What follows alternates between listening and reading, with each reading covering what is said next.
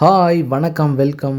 இன்றைக்கி நாம் பார்க்க போகிற டாபிக் ரஜினிக்கும் விஜய்க்கும் நடுவில் வெறும் போட்டியா இல்லை பொறாமையா இல்லை ரெண்டு ரசிகர்களுக்கும் நடுவில் இருக்கிற சண்டையான்னு பற்றி தான் பார்க்க போகிறோம். அதுக்கு முன்னாடி நம்ம சேனலை சப்ஸ்கிரைப் பண்ணிவிட்டு பெல் ஐக்கானை ப்ரெஸ் பண்ணிக்கோங்க. அப்போ தான் நான் போடுற வீடியோ உங்களுக்கு உடனடியாக வந்து சேரும். வாங்க இப்போ வீடியோக்குள்ளே போகலாம்.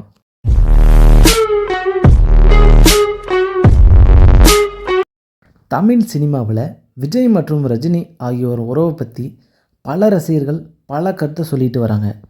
ரஜினி விஜய்க்கு போட்டியா இல்லை நட்பா இல்லை மௌன மரியாதையா என்ற கேள்வி இப்போ வரைக்கும் எழுந்துட்டு தான் இருக்குது.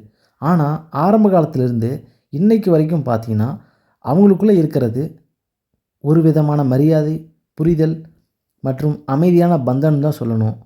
ஏன்னா ஆரம்ப காலத்தில் ரஜினிக்கு விஜய் மிகப்பெரிய ரசிகராக இருக்கார். 1990 விஜய் இன்னும் வளர்ந்து வந்திருக்க ஒரு ஹீரோ. அந்த காலத்தில் ரஜினிகாந்த் ஏற்கனவே தமிழ் சினிமாவில் மிகப்பெரிய சூப்பர் ஸ்டாராக இருக்கார்.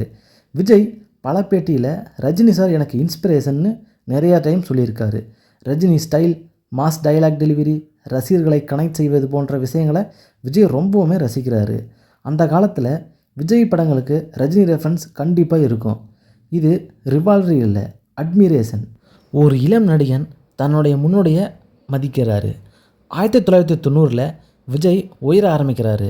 பூவே உனக்காக, காதலுக்கு மரியாதை, துள்ளதமும் துள்ளும் போன்ற படத்தினால விஜய் ஃபேமிலி ஆடியன்ஸிடமும் யூத்திடமும் ரொம்ப வரவேற்பு பெறாரு. அப்போது கூட ரஜினி ரசிகர்கள் விஜயை எதிரியாக பார்த்ததில்லை. காரணம், விஜய் எப்போதும் ரஜினியை ஓப்பனாக மதிக்கிறாரு. 2001 ஷாஜகான் ஆடியோ லான்ச்சில் விஜய் ஒரு டைலாக் சொல்லியிருக்காரு. அது ரசிகர்களிடம் ரொம்ப வைரலாக இருக்குது. நான் அடுத்த சூப்பர் ஸ்டார் இல்லை, ஒரே சூப்பர் ஸ்டார் ரஜினி சார் தான். இந்த ஸ்டேட்மெண்ட்டை விஜய் ரெஸ்பெக்டை காட்டியிருக்குது. அந்த நேரத்தில் மீடியாவில் நெக்ஸ்ட்டு சூப்பர் ஸ்டார் டிஸ்கஷன் ஆரம்பிச்சிருக்குது. ஆனால் விஜய் நேரடியாக ரஜினிக்கு மரியாதை கொடுத்துருக்காரு. ஆனால் ரஜினி விஜயை எப்படி பார்க்குறாருனா, ரஜினி பொதுவாகவே எல்லா நடிகர்களிடம் நல்லவராக தான் இருப்பார்.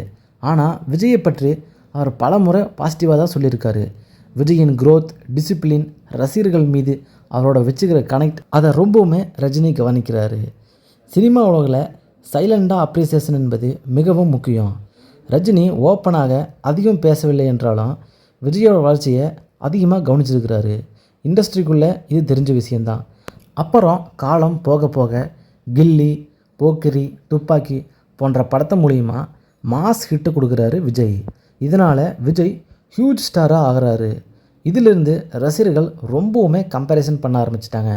ரஜினியோட ஸ்டைலு, விஜயோட ஸ்டைலு, ரஜினியோட மாஸ் என்ட்ரி, விஜயோட intro song, fan base comparison, box office comparison, அப்படி இப்படின்னு ஏகப்பட்ட கம்பேரிசனை ஆரம்பிச்சிட்டாங்க. இவை எல்லாமே மோஸ்ட்லி ரசிகர்களுக்குள்ள மட்டும்தான் நடந்திருக்கு. விஜயும் ரஜினியும் நேரடியாக ஒருத்தர் அட்டாக் செஞ்சதே இல்லை.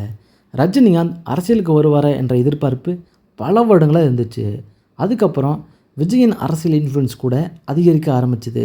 இதனால் மீடியாவில் சில நேரத்தில் ரஜினிக்கு அடுத்த மாஸ் லீடர் விஜயா, அரசியலில் போட்டியா என்ற ஹெட்லைன்லாம் போட்டாங்க.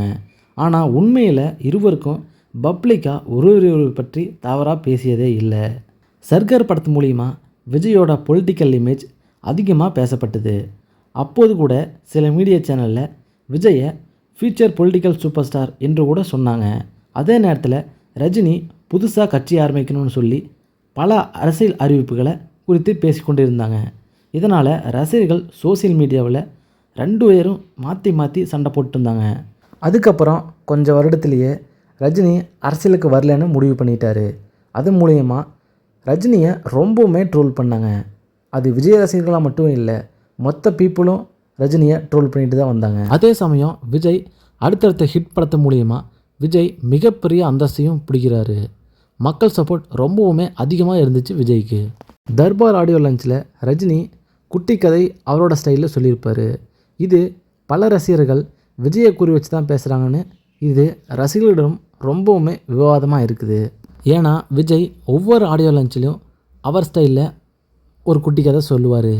அதை நினச்சிக்கிட்டு ரசிகர்கள் ரொம்பவுமே சண்டை ஆரம்பிச்சிட்டு இருந்தாங்க. எந்த இடத்துல ரஜினி ரசிகர்களுக்கும் விஜய் ரசிகர்களுக்கும் ரொம்ப ஹீட் மூமெண்ட் ஆகுதுன்னா, ஜெயிலர் ஆடியோ லான்ச்சில் ரஜினி காக்கா கழுகு கதை சொல்லியிருப்பார். அது விஜயோட ரசிகர்களை ரொம்பவுமே பாதிச்சிருக்குது. அதே சமயம் லியோ ஆடியோ லான்ச்சில் விஜயும் ஒரு குட்டி கதை சொல்லியிருப்பார். அதில் காக்கா கழுகு பற்றி சொல்லிட்டு ஒரு ரவுண்ட் அடிச்சிருப்பார். அதில் ரொம்பவுமே ஹீட் மூமெண்ட் ஆகிறாங்க 2 ரசிகர்களுக்கிடையே. இது ஒரு பக்கம் இருந்தாலும் ஜெயிலர் படம் மிகப்பெரிய சக்ஸஸ் ஆகுது. ஜெயிலர் படத்தின் மூலிமா ரஜினியோட கம்பேக்கையும் கொடுக்குறாரு. இது பல நடிகர்கள் பாராட்டி வந்தாலும் விஜயும் ரஜினி கம்பேக் கொடுக்கறதுல ரொம்ப சந்தோஷப்பட்டார்னு சினிமா இண்டஸ்ட்ரி சொல்லுது. ஆனால் 2 ரசிகர்களும் இவங்களோட சண்டையை நிறுத்தவே இல்லை. தொடர்ந்து கம்பேரிசன் ஆரம்பிச்சிட்டே இருந்தாங்க. ஜெயிலரோட பாக்ஸ் ஆஃபீஸ் கலெக்ஷனும் லியோ படத்தோட பாக்ஸ் ஆஃபீஸ் கலெக்ஷனும் சொல்லி கம்பேரிசன் பண்ணிட்டு வந்தாங்க. இந்த கம்பேரிசன் மூலமாக ஒரு கட்டத்தில் யார் நம்பர் 1 அப்படிங்கிற டாப்பிக்லாம் ரொம்ப டிவியில் டிபேட்டாக வெடிக்குது. அப்புறம் காலம் செல்ல செல்ல ரஜினியும் அரசியலை விட்டுட்டு சினிமாவை தொடர்ந்து பல படங்களில் நடிச்சிட்டு வந்தார். இதே மாதிரி விஜயும் பல படங்களில் கமிட் ஆகி நடிச்சிட்டு வந்திருக்காரு. அதிக சம்பளம் வாங்குகிற ஹீரோவாக, முன்னணி ஹீரோவாக விஜய் திகழ்ந்துட்டு வராரு. திடீர்னு 2024ஆம் ஆண்டு நான் அரசியலுக்கு வரேன்னு, இனிமேல் எந்த படத்துலையும் நடிக்க மாட்டேன்னு சொல்லி ஒரு ஸ்டேட்மெண்ட்டை கொடுக்குறாரு விஜய். கைவசம் இருந்த படத்தையெல்லாம் நடித்து கொடுத்துட்டு தன்னோட அரசியல் பயணத்தை நோக்கி விஜய் போகிறாரு. விஜய் அரசியலுக்கு வந்ததும் ரஜினி ரசிகர்கள் விஜயை பற்றி ட்ரோல் பண்ணிட்டு தான் வந்தாங்க. இவரெல்லாம் ஜெயிக்க மாட்டார், இவரெல்லாம் 10% கூட வாங்க மாட்டார், அப்படி இப்படின்னு சொல்லி பல விமர்சனங்களை வச்சாங்க. ஆனால் விஜய் ரசிகர்கள் ரஜினி மாதிரி அரசியலுக்கு வரேன்னு சொல்லிட்டு பல்ட்டி அடிக்கிறாள் எங்கள் தலைவர் இல்லைன்னு இவங்க 2 பேத்துக்குள்ளேயும் விவாதம் ஆரம்பிக்குது. அதுக்கப்புறம் விஜய் நிறைய இடத்துல பிரச்சாரம் பண்ண போகிறாரு. நல்ல வரவேற்பும் கிடைக்குது. கரூரில் சில அசம்பாவிதமும் நடக்குது. அதில் ரஜினி ஒரு ட்வீட் ஒன்று போட்டிருப்பார். இதன் மூலயமா விஜய் மேலே இருக்கிற வன்மத்தினால தான் ரஜினி இப்படியெல்லாம் பண்ணுறாரு அப்படின்னு பல ஊடகங்களில் சொல்லிட்டு வந்தாங்க. இன்னும் காலம் போக போக ஆதவ் அர்ஜுனா ரஜினியை பற்றி ஒன்று சொல்லியிருப்பார். அதுக்கு ரஜினி ரியாக்ட் பண்ணுற விதமாக ஒரு லெட்டர் பேர் ஒன்று வெளியிட்டிருப்பார். காலம் காத்திருந்து பதில் சொல்லும் அப்படின்னு கடைசியாக சொல்லியிருப்பார். இதை என்ன அர்த்தமாக எடுத்துக்கிறதுனா, நீங்கள் எலெக்ஷனில் தோற்று தான் போகிறீங்க அப்படிங்கிற மாதிரி ரஜினி லெட்டர் பேர் வெளியிட்டிருப்பார். இதன் மூலிமா ரொம்ப பேருக்கு இவர் ஏன் இவ்வளவு வன்மமாக இருக்கார் அப்படின்னு சொல்லிட்டு வந்தாங்க. அதுக்கப்புறம் எலெக்ஷனும் வந்துச்சு, ரிசல்ட்டும் வந்துச்சு. விஜயும் முதலமைச்சராக ஆகிறாரு. தமிழ் சினிமாவில் முன்னாடி நடிகர்கள் எல்லாரும் வாழ்த்துக்களும் சொன்னாங்க. ஆனால் ரஜினி 2 நாளுக்கு அப்புறம் தான் வாழ்த்து சொன்னார். இதை பெரிய நியூஸாக எடுத்து 2 பேரும் சண்டை போட்டுட்டு வந்தாங்க. தமிழ் நடிகர்களும் நிறைய பேர் நேரில் சந்திச்சும் விஜய்க்கு வாழ்த்துக்கள் சொன்னாங்க. ரஜினி நேரில் சந்திக்காதது ஏன் அப்படின்னு பல விமர்சனம் வந்துச்சு. ரஜினி இதெல்லாம் சமாளிக்கிற விதமாக ஒரு இன்டர்வியூவும் கொடுத்தாரு. அதில் விஜய்க்கும் எனக்கும் போட்டி இல்லை, அவர் முதலமைச்சர் ஆனது எனக்கு ரொம்பவுமே சந்தோஷம், எம்ஜிஆர் என்டிஆர் விட இவ்வளவு சாதனை படித்தது, அதுவும் இல்லாமல் இந்த மாபெரும் கட்சிகளுக்கிடையே ரொம்பவுமே சாதனை படித்தது எனக்கு முழு மனதோட ரொம்ப சந்தோஷமாக இருக்குன்னு சொன்னார். நான் அவரை நினச்சி பெருமை தான் படுறேன், பொறாமைப்படலை அப்படின்னு சொல்லிட்டு வந்தார்.